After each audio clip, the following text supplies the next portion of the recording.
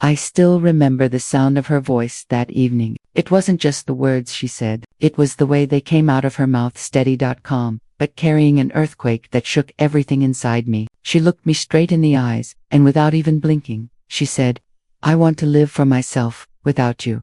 For a second, I didn't breathe, I didn't move. My hands trembled on the dining table, the glass of water shaking like it was afraid to shatter. And then, slowly, I managed to swallow the lump in my throat and reply, "Go ahead, but not in my house."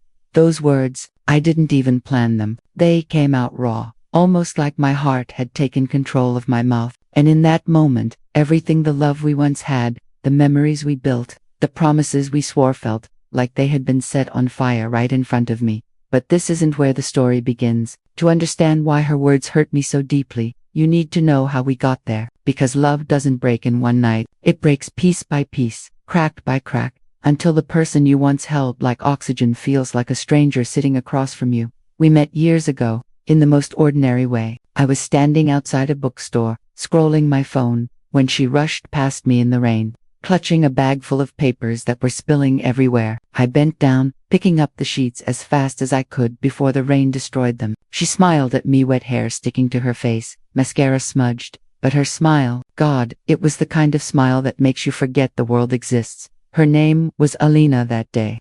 I walked her to the bus stop, and we kept talking like we'd known each other for years. She told me about her love for painting, how colors spoke to her more than words ever could. She laughed when I admitted I couldn't even draw a proper stick figure. But she said she liked that honesty. That moment, with raindrops still clinging to her eyelashes, I knew she was different. We started dating, and soon my days were filled with her laughter, her quirks, her energy. She had this way of turning the simplest moment into magic. A walk in the park became an adventure. A cup of coffee became a memory. When she was around, life didn't feel heavy anymore.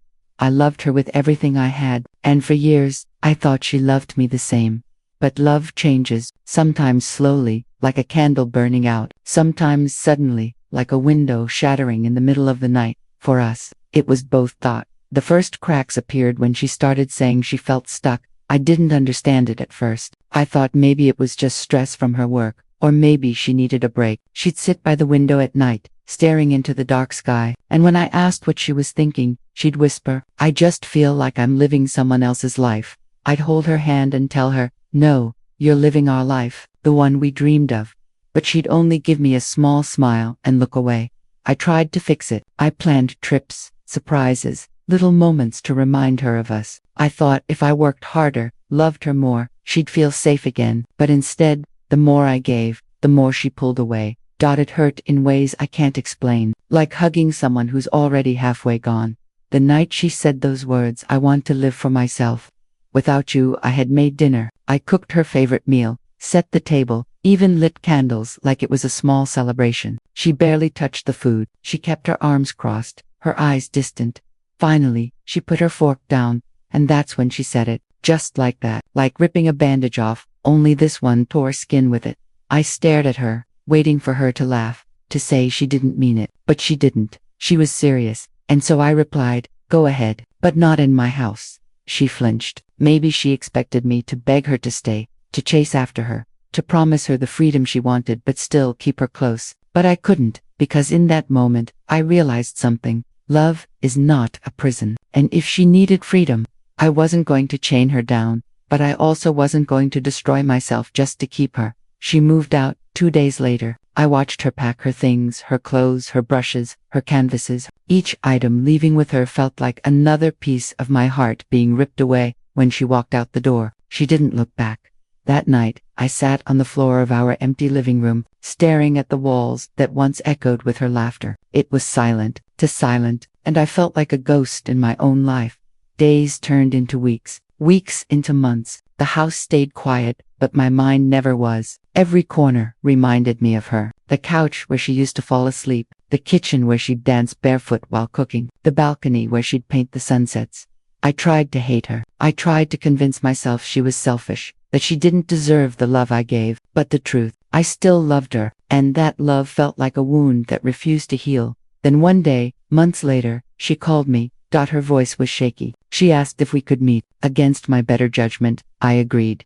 We met at the same cafe where we once spent hours laughing about silly things, but this time, the air was heavy. She looked thinner, tired, like life had drained some of her fire.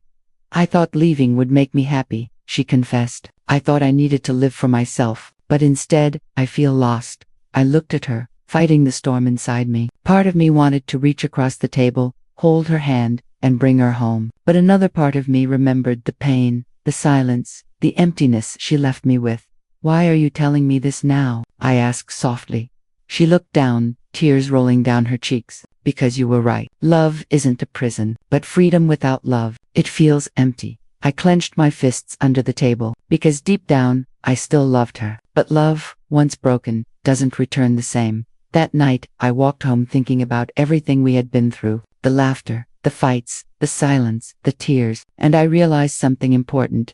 Sometimes love isn't about holding on. Sometimes it's about letting go, even if your heart screams against it. Elena left my life not because she didn't love me, but because she didn't know how to love herself while being with me. And that's something no one else can fix. So here I am, telling you this story, not because I want sympathy, not because I want to paint her as a villain, or myself as a hero, but because, maybe, just maybe, you've been there too. Maybe you've loved someone so much that losing them felt like losing yourself. Maybe you've stayed up at night, asking what you did wrong, when the truth is it wasn't about right or wrong. It was about them, about their battles, their choices, their need to find themselves. And if you've been there, I want you to know something. You are not alone. Elena and I will always be a part of each other's story. Even if we're no longer in the same chapter, I'll remember her laughter, her colors, her dreams, and I hope, wherever she is, she finds the happiness she was searching for. As for me, I'm learning to live again,